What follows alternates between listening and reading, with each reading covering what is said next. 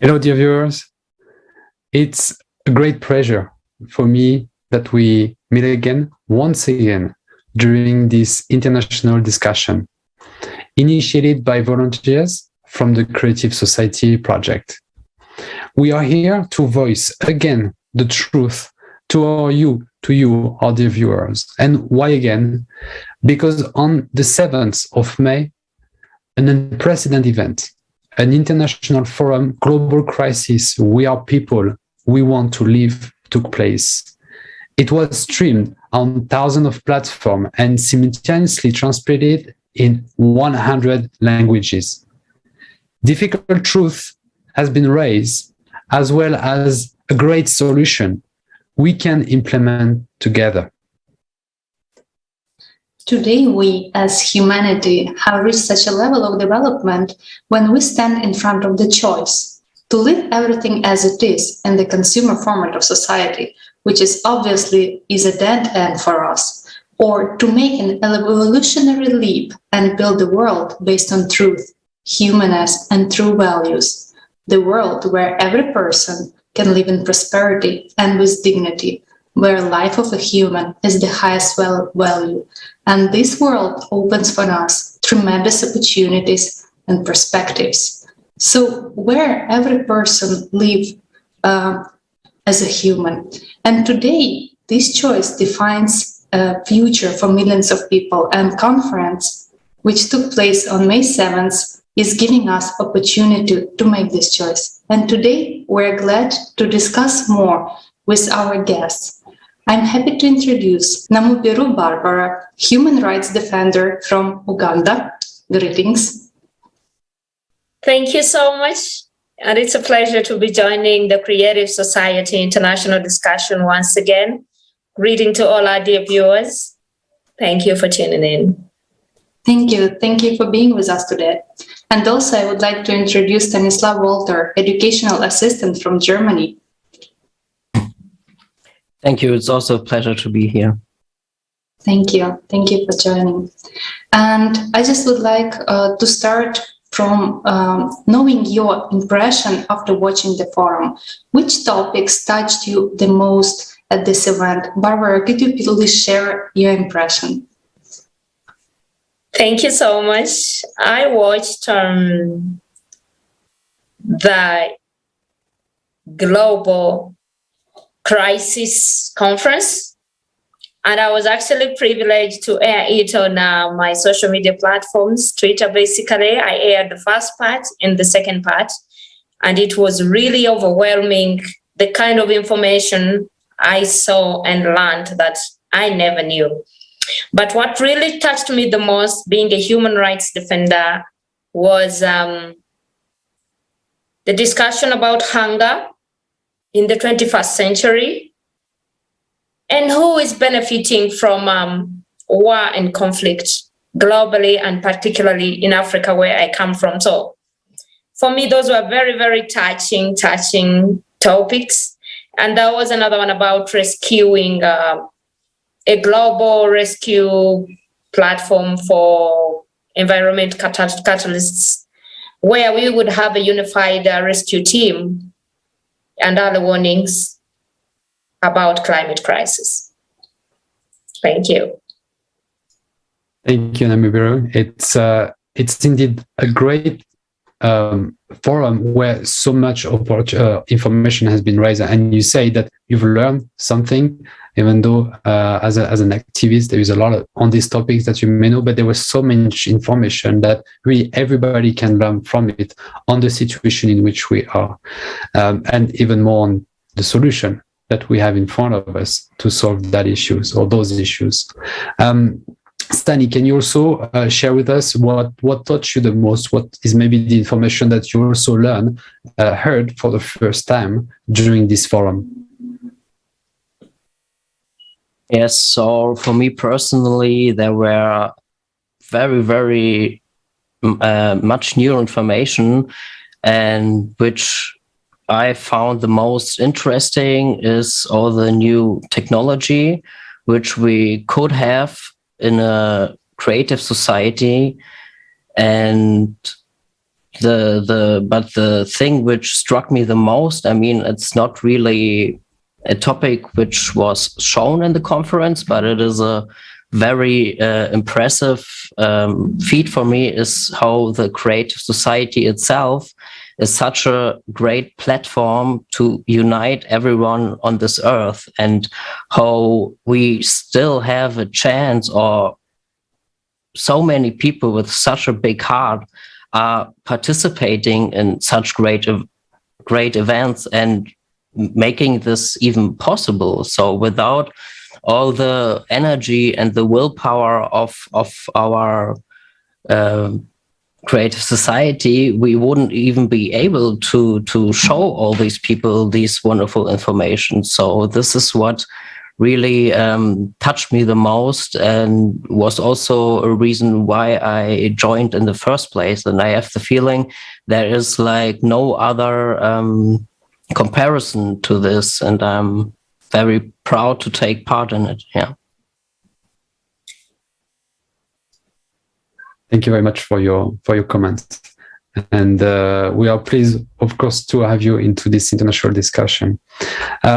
We wanted to start this discussion actually to going back to this forum to see an extract of this forum on a specific topic that we wanted to raise a little bit more in depth into this international discussion.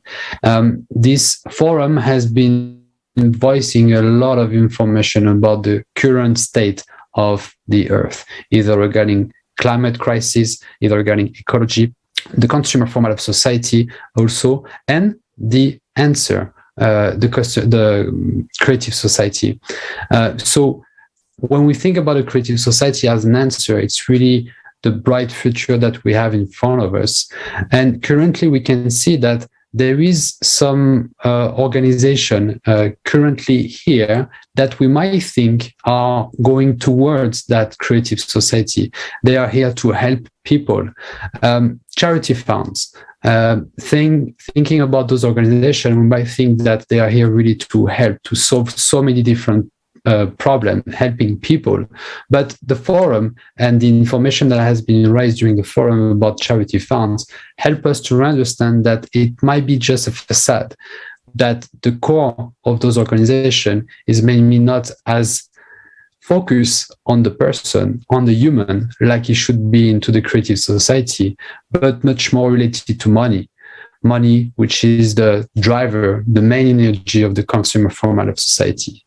So let's watch again this video regarding charity funds to really understand on what format of society those organizations are and how they really organize themselves and operate.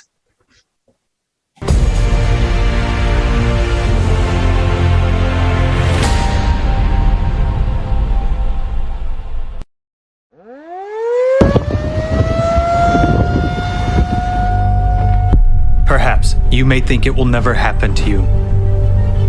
While those people have been given all the help they needed and they are now safe. And indeed, there is now a huge number of organizations and foundations dedicated to helping people. The largest of them, the United Nations, is positioning itself as the guarantor of peace and security of humankind. For decades, we have been hearing beautiful slogans and promises from high rostrums. If you listen to these loud statements, it may seem that we will solve all our problems. There will be no more poverty, no more hunger, no more wars, and we will all live well. After all, there are over 100 international organizations working under the aegis of the United Nations to solve the world's problems. For every new problem, a new organization is created. Every year, UN member states pay huge contributions to these organizations. In fact, this is money from our pockets. These are the taxes we pay to the state. Between 2010 and 2020, according to official data, the 44 UN organizations alone raised $540.4 billion.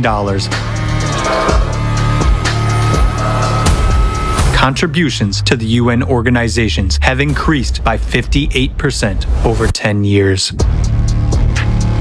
But let's take a look at what we have achieved over this period of time. The largest amount of money today goes to solving the problem of hunger. The main UN organizations to tackle this problem are the World Food Program, WFP, and the Food and Agriculture Organization, FAO. They have raised $79.8 billion over the last 10 years. Current estimates are that almost 690 million people are hungry in the world and 750 million people are severely food insecure. The Food and Agriculture Organization itself predicts an even greater increase in hunger by 2030. 841 million people. So, the World Food Program is projecting funding needs for 2022 already at $13.9 billion. So they say, there will be more hungry people, so they need more money. It is a legitimate question. How is it that, with ever-increasing funding, the problem itself is only becoming worse? Let's look at another problem, the refugee problem. The number of refugees has doubled over the past 10 years, comprising 82.4 million in 2020. The United Nations High Commissioner for Refugees, UNHCR, deals with refugee issues. Over the past 10 years, funding for the organization has increased by 56%, reaching $4.8 billion in 2020. Let's look at what kind of help they provide to people. One area of refugee assistance is shelter. On their website, they state, "The main part of our protection mission is to guarantee access to proper shelter in humanitarian emergencies. We provide tents, distribute plastic sheeting, and develop strategies, tools, and guidance in emergency situations, and provide emergency assistance to those who need it most. On cold nights or hot days, our help can be the deciding factor between life and death. In an emergency, tarpaulin tents are an adequate short-term measure. But people live in such tent camps for years in inhumane conditions with no hope of the future. Due to the lack of even basic sanitation conditions, people die of infectious diseases. Who benefits from the problem not being solved? As long as there is a problem, there is funding. And if the problem is solved, there will be no funding and therefore no organizations. As long as there is a financial interest, as long as someone makes money from it, no one will solve the problem." The UN itself is very much like a transnational corporation in its structure. There is a parent company that coordinates and manages the activities of its other companies, but each brand is a separate business entity. In 2020, more than $3.7 billion was spent to maintain the UN bureaucracy on staff and director salaries, health insurance, holidays, business class flights, and other expenses. The planned expenditures for the renovation of the Palace of Nations alone in Switzerland, where the UN headquarters is located, is $871 million. With this money, 174,000 houses could be built using 3D printing technology. How many refugee families could benefit from this housing? But alas, building homes for those in need is not a priority for their aid. What do we have in the end? Numerous organizations that we have entrusted with the responsibility of solving serious problems of humanity turn out, on closer examination, to be merely business structures. It becomes obvious that there is a direct interest in the growth and aggravation of problems. In other words, it is beneficial for someone that people starve, struggle to survive, and make wars with each other. And that is the cynicism of the consumerist format of society, Creating the illusion of solving a problem without the real goal of eradicating it is a principle of the consumerist format. Under such conditions, it is tantamount to anesthesia for a fatal illness. And even closing or reforming some organizations or firing some individuals will not save the situation, because new ones will come in their place and do the same thing, making money off our lives. Today, because of our tacit support for the consumerist format, we are all on the precipice. The rapid escalation of all crises will soon bring us all, without exception, to the brink of disaster. What kind of help will we get? A piece of tarpaulin for shelter and a couple of bottles of water?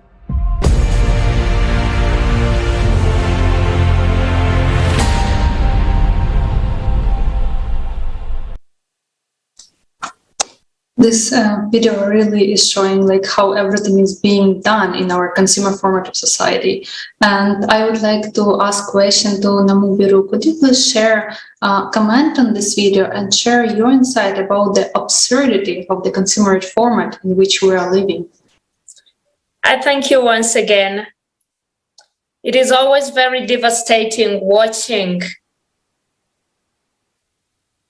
people in high places taking advantage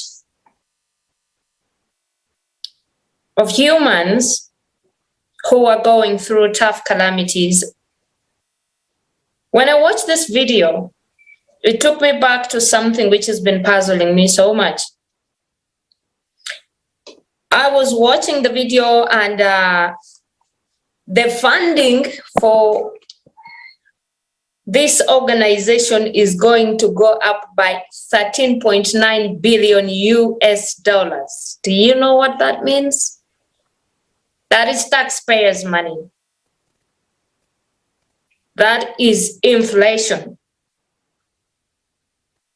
But if we cannot even use the technology at hand right now to build these 3D printing houses for refugees, if we cannot stop holding food back, because when you look at malnutrition is becoming an international crisis. After malnutrition, you will get hunger.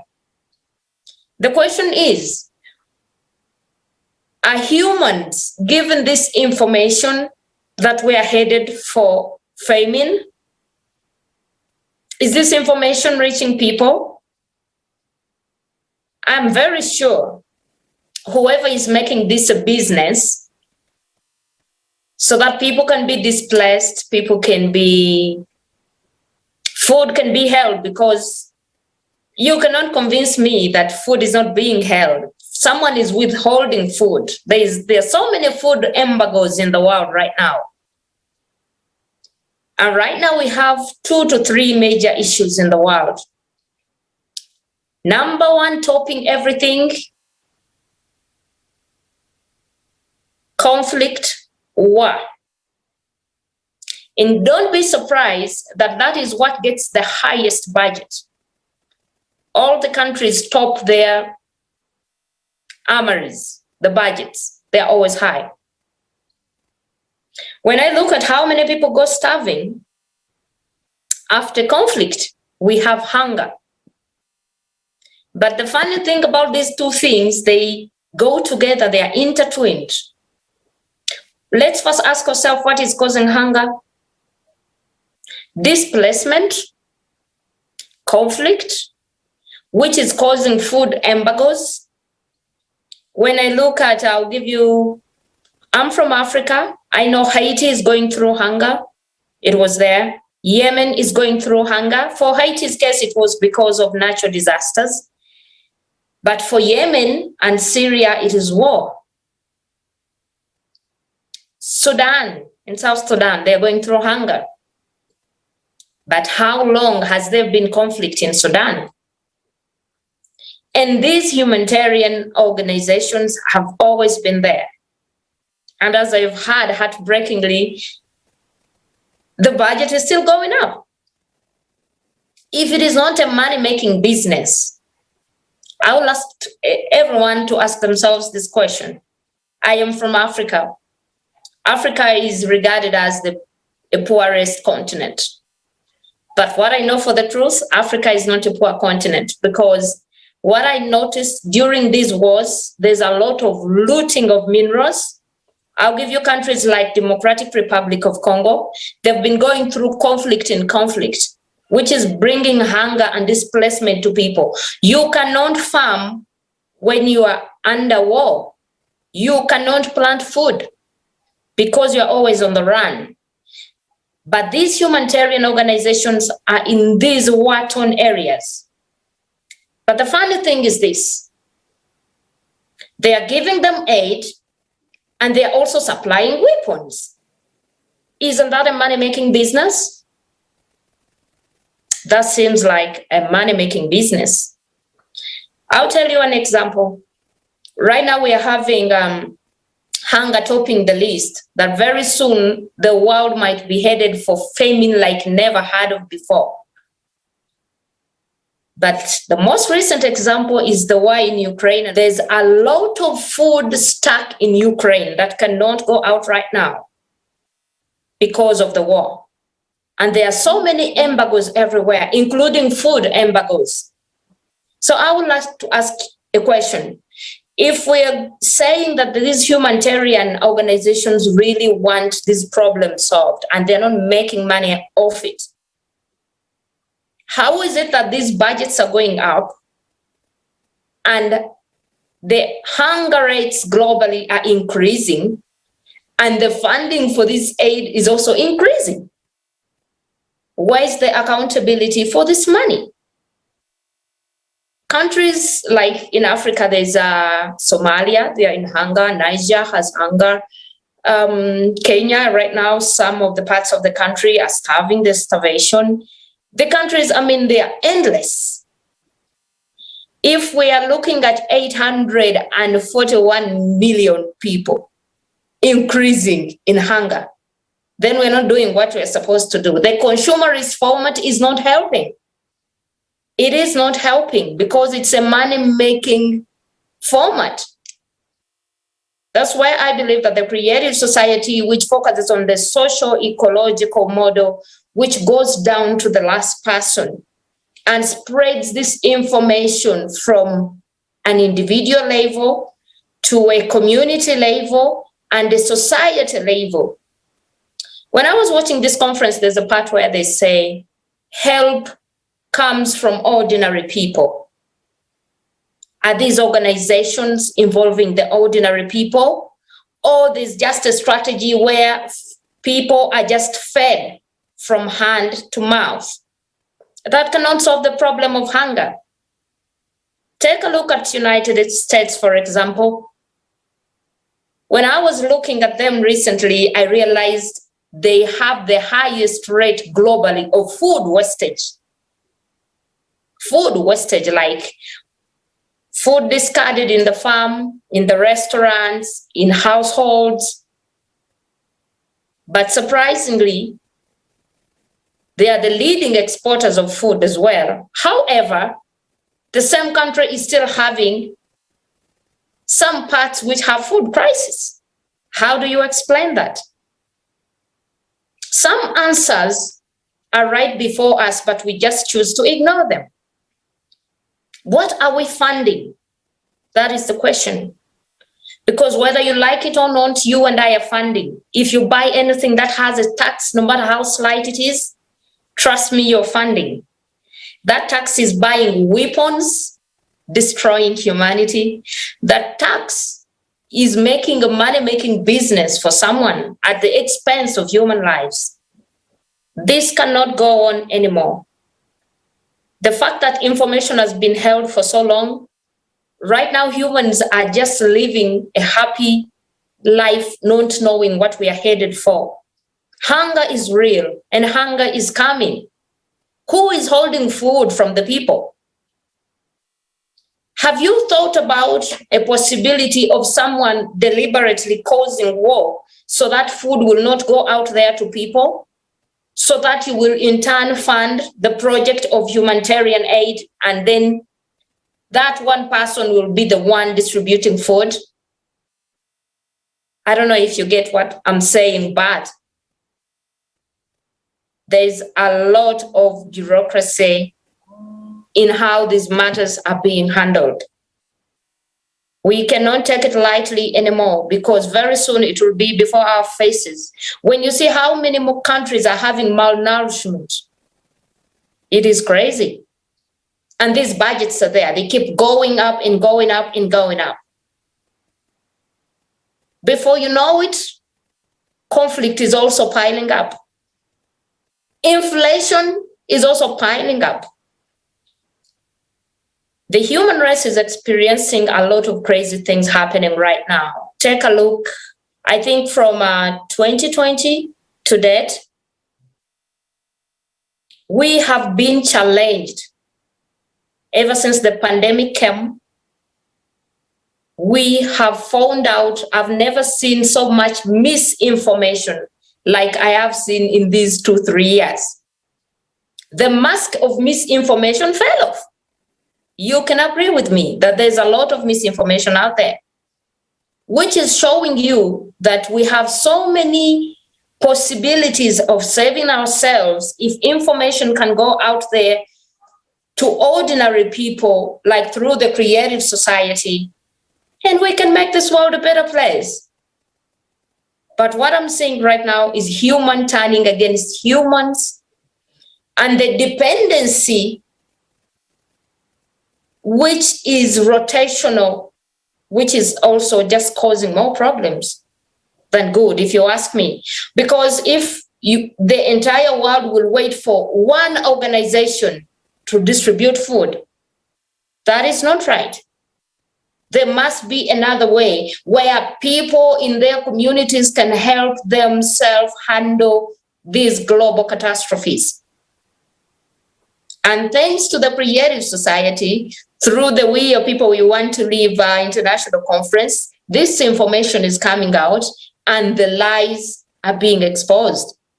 It is my prayer, however, that humans will take this information as serious as possible, because this might be our last chance to save humanity and the human race. I will tell you this. Every one of us has a role to play in saving the planet. If all our money is going into weapons, ask yourself, why do we have a lot of hunger? When you look at most of these countries who are going through hunger, these countries where people are going through hunger, do you know that there is a lot of insecurities? Right now, globally, security is complex. You will agree with me, security is complex. So if there is insecurity everywhere, how do you expect there to be food? It cannot be there. And it starts with us to wake up, to realize and change for the better and do things for the good of humanity, for the higher good.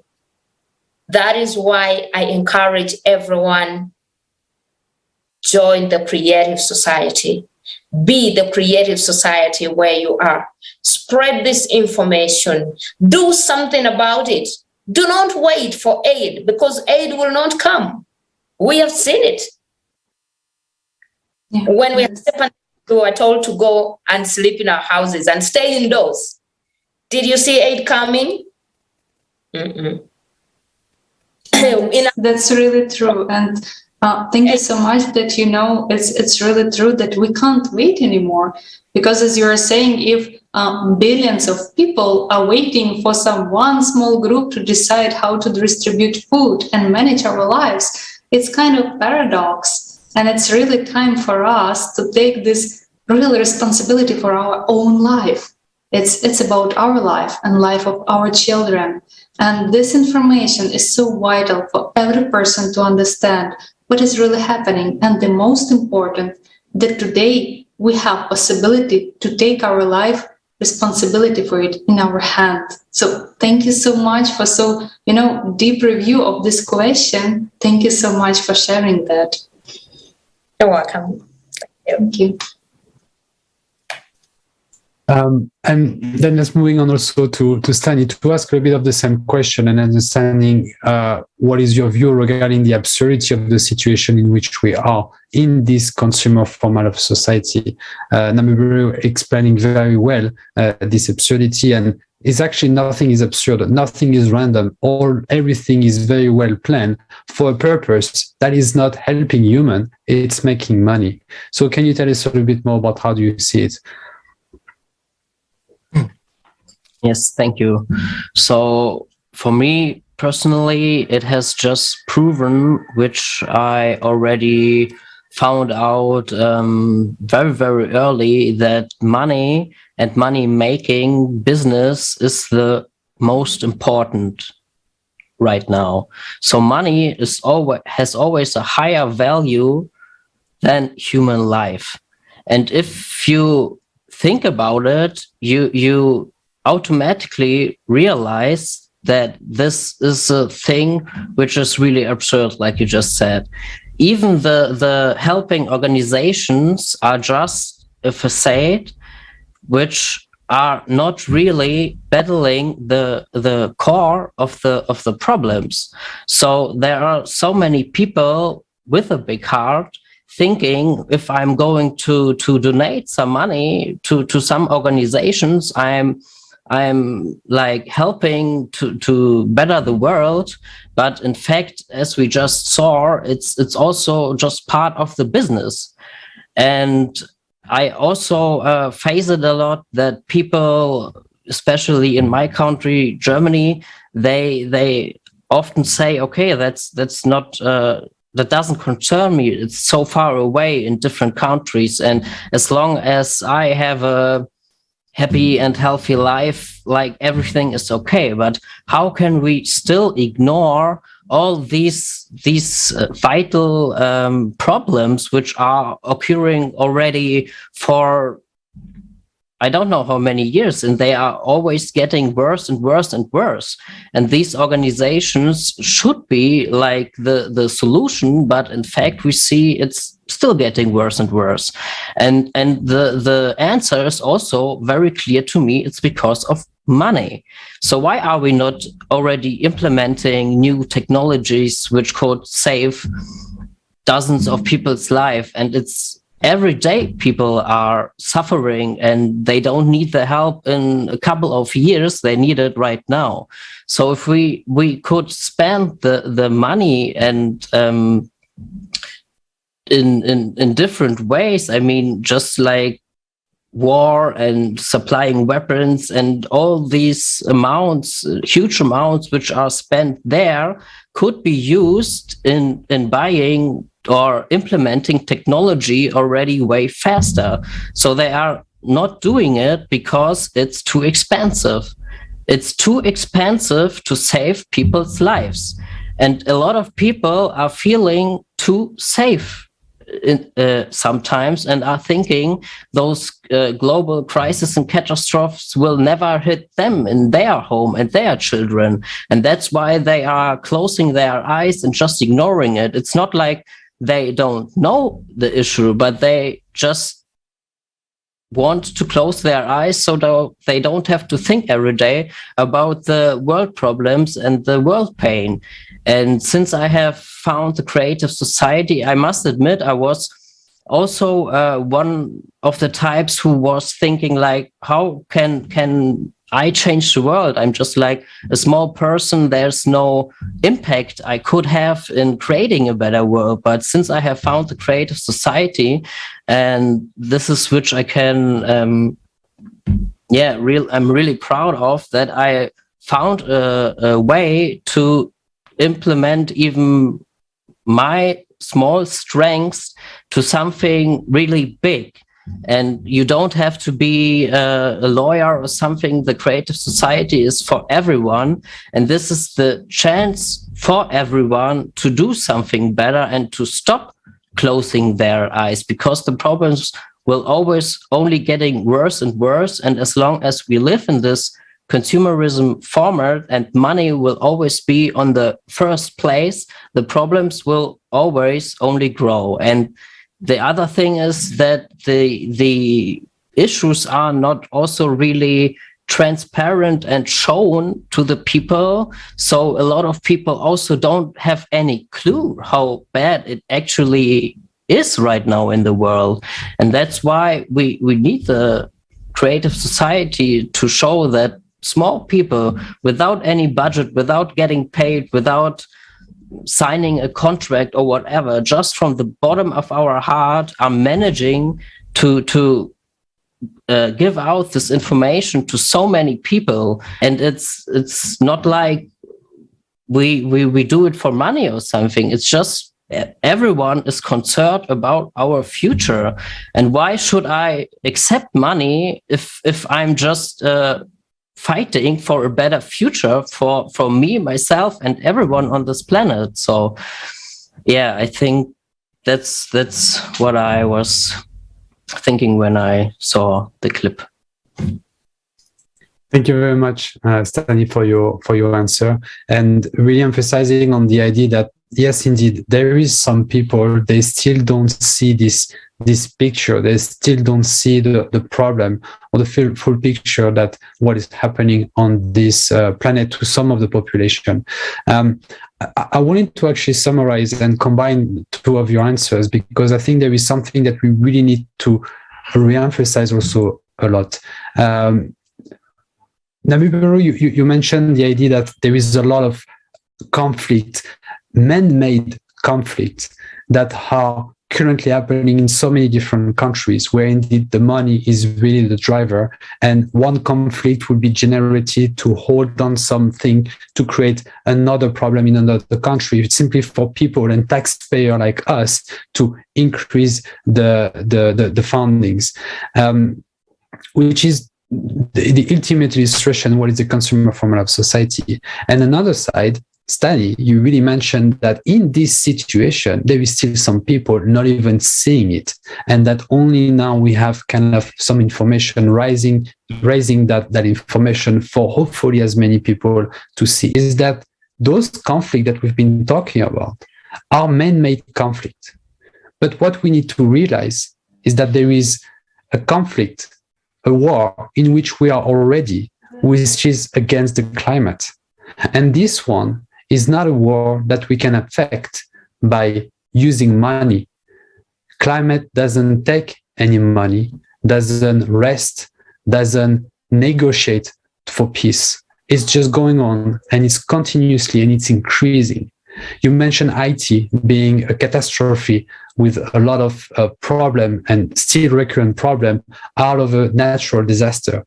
Those natural disasters are increasingly happening, but on the side of it, we are continuously doing wars. We are just not understanding that we're in a car and we are facing a wall, but instead of braking, we're actually accelerating towards that wall. That's exactly what's happening to this situation. So I think it's very important what you've mentioned, both of you, this idea of putting the human in first place, and making sure that everybody understands it, so we can all unite and go into the right direction to erase all of man-made conflict out of the earth and take care of the very important conflict that we are already on against the climate. So thank you very much once again for emphasizing those points, because it's very important that it's clear for viewers what is ahead of us and what should we do as of now. That's really true, that today we as humanity are facing climate disasters, and we can find solution only when we unite the whole scientific potential of whole humanity and develop technologies which will help us. But let's also have a look at those technologies which we already have. And as was mentioned today, we have technologies, but unfortunately they're not being used. So let's see what already humanity can implement today if we decide to have a creative society.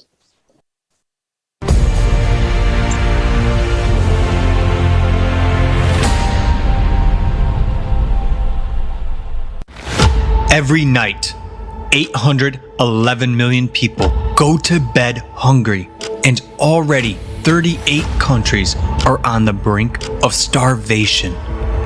We live In times of instability, pandemics, economic crises, climate disasters, military conflicts, they put millions more people on the brink of starvation. Are you sure you won't be among them? In the consumerist format, no one is secure against starvation these days. But it is such an absurdity. Why? Let's take a look at the technology that already exists. One of them is vertical farms. They have great advantages compared to conventional farms. They produce 300 times more food and up to 30 yields a year. They consume 95% less water and 80% less soil. They make it possible to grow various crops all year round without using pesticides.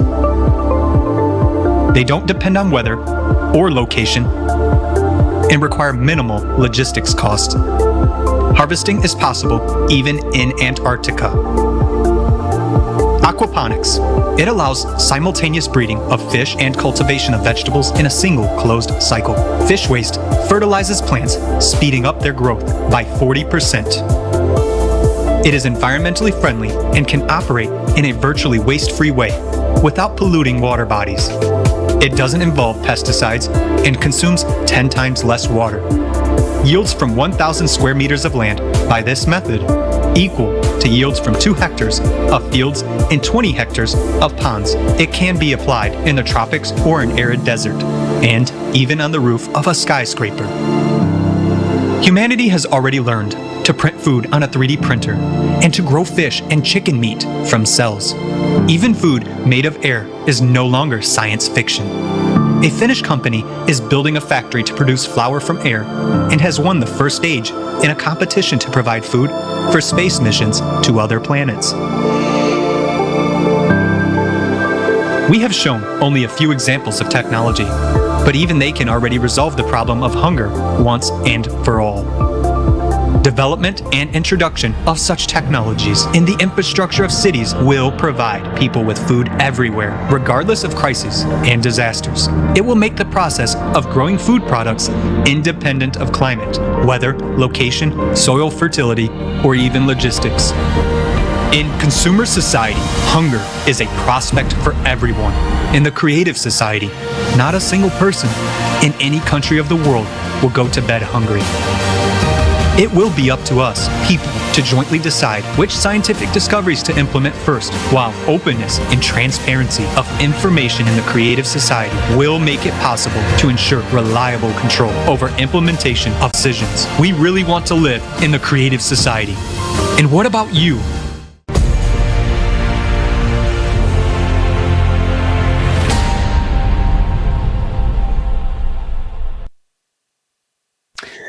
This video really continued the idea of absurdity that there is a problem, a man-made problem, that we already have the solution, but this solution is not implemented, even though we saw how much money is founded into those organizations to supposedly fix the problem.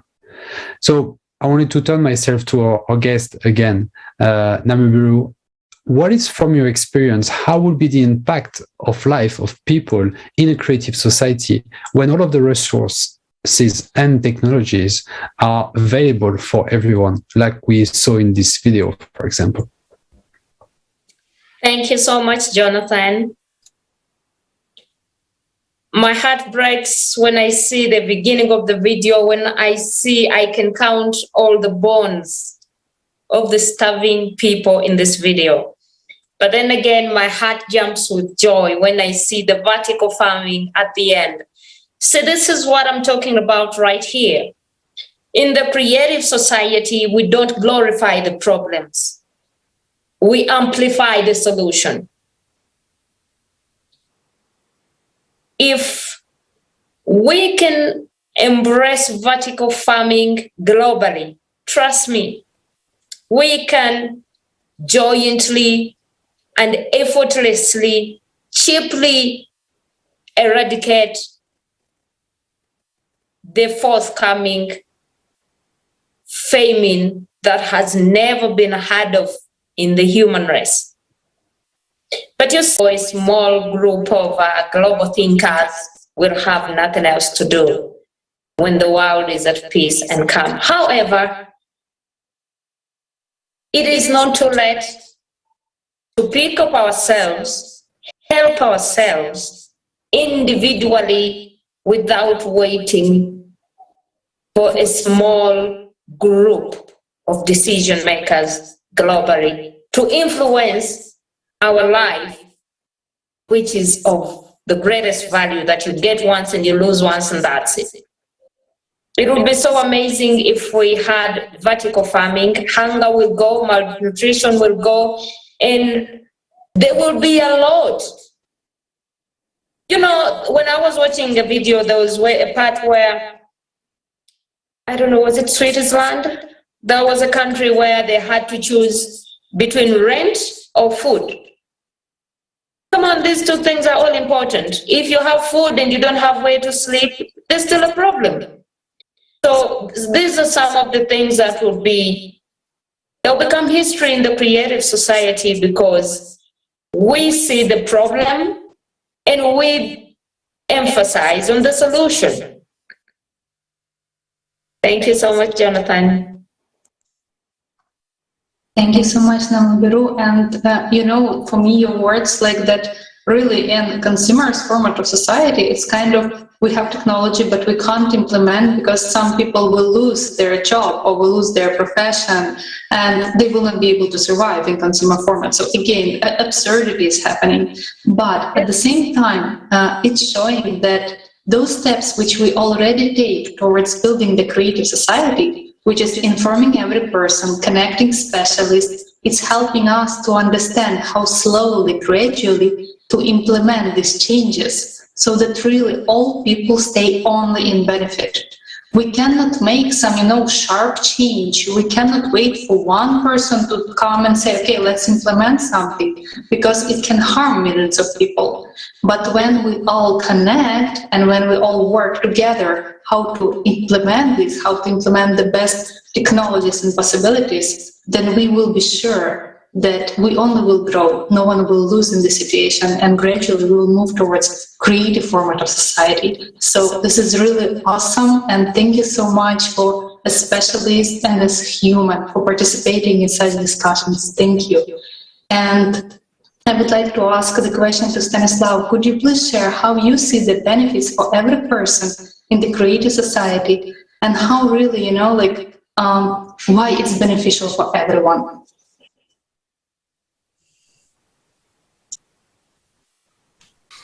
Yes, thank you for the question.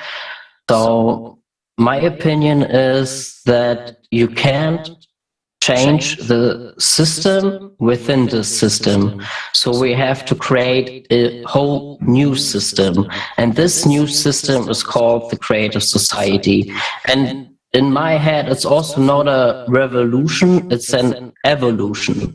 It's something the people on Earth right now can't even imagine that it would even work.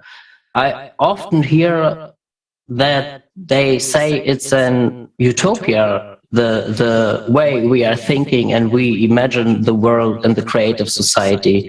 But the 8 foundations, which everyone can read on our homepage, are not so far-fetched. It's just that, in my opinion, the people have lost the hope of creating a better world, and they say it's all pointless and it's wasted time and it will definitely not work.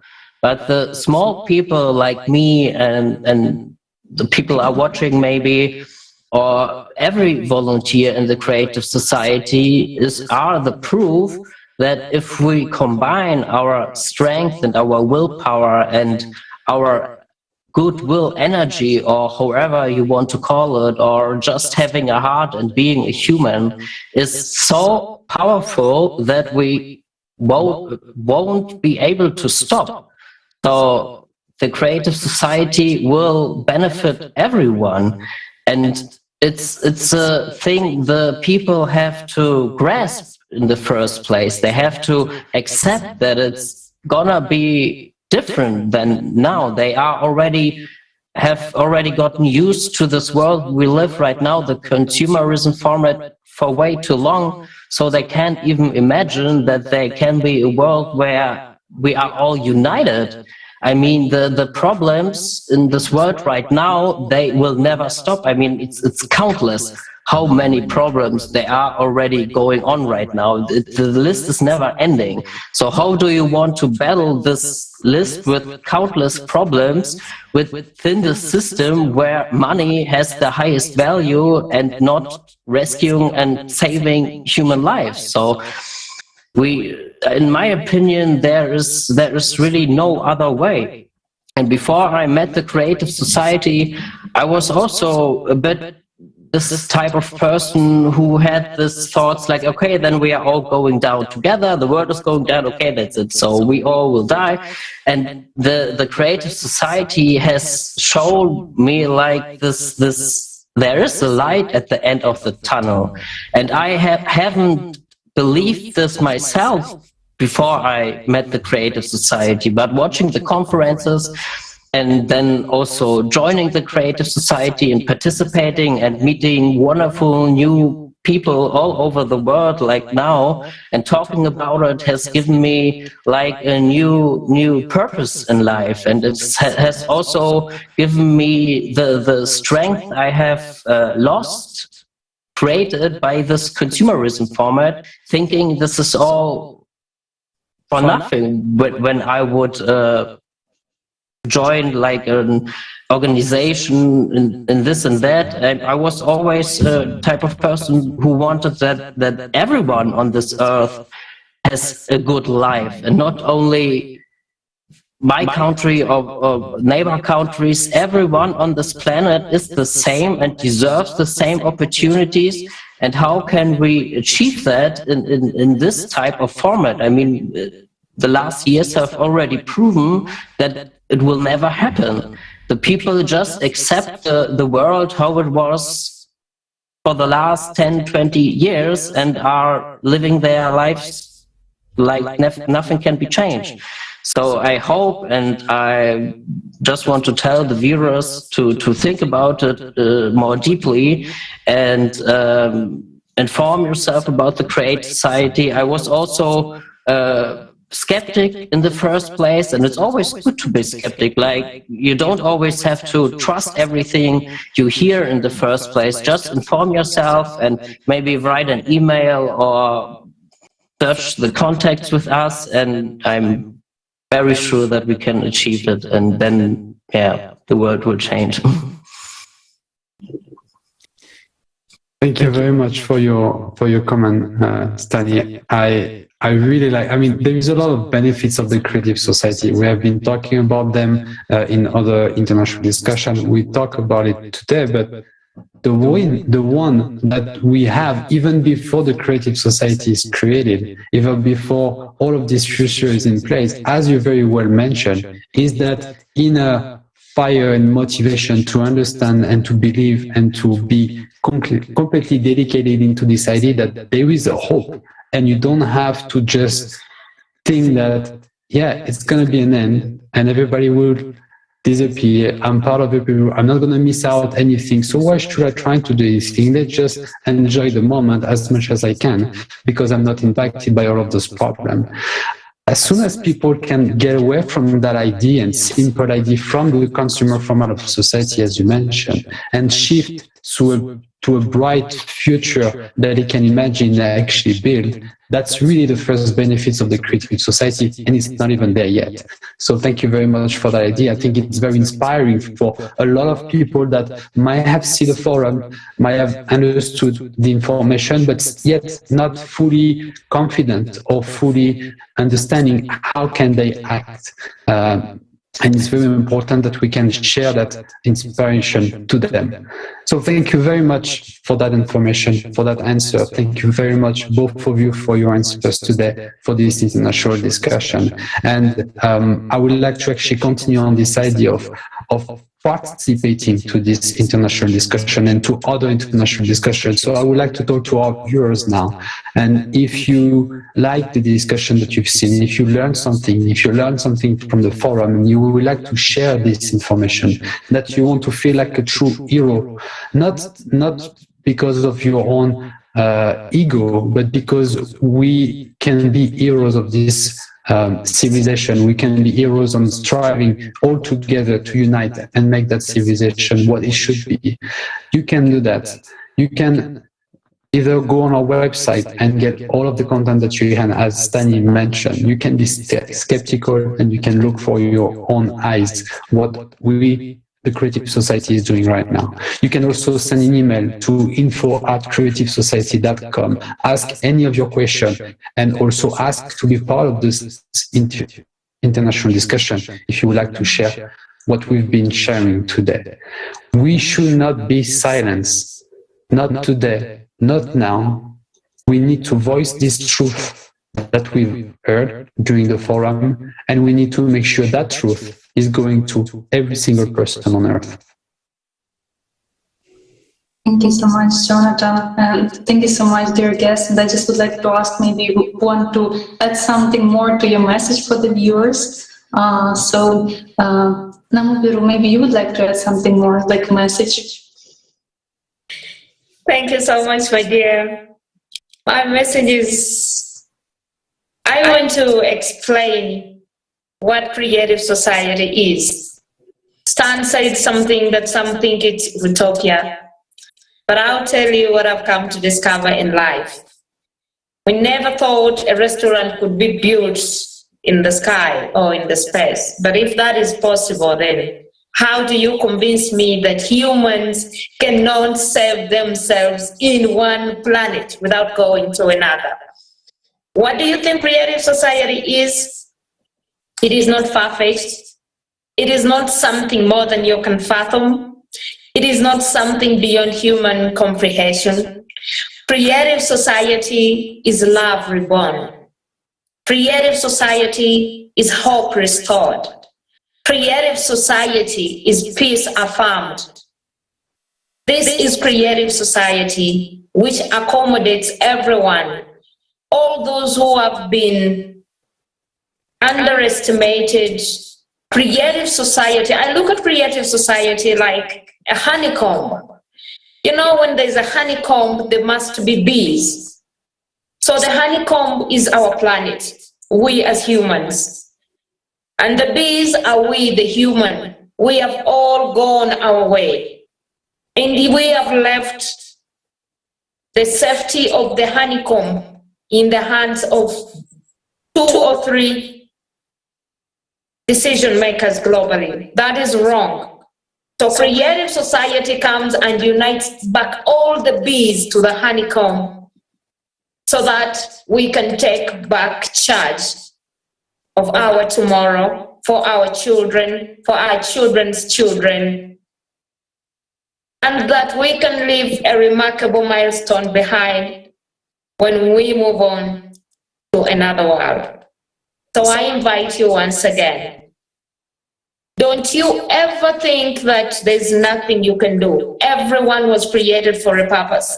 I know there's so many people out there who are supposed to be part of the creative society, but they are having doubts. They do not know whether this is their true calling. Yes, I want to speak to that person today. If you're that kind of person and you're watching this video, come home. Let us use our ordinary human powers to make super incredible changes for this planet. Thank you so much. Thank you so much. Thank you for these words. And it's true that today, every person is so valuable. Dear friends, today we came to this time when we are deciding how we want to live, how we want to see the world for us and our children. The world where we are taking decisions and taking charge of our life. And as it was mentioned today, we can do it only together, because in such a way we're helping each other, we're ensuring that our life will only prosper. So thank you so much, our dear speakers. Thank you everyone who is watching this broadcast. Join the Creative Society because this defines how will be your and my tomorrow. Thank you so much.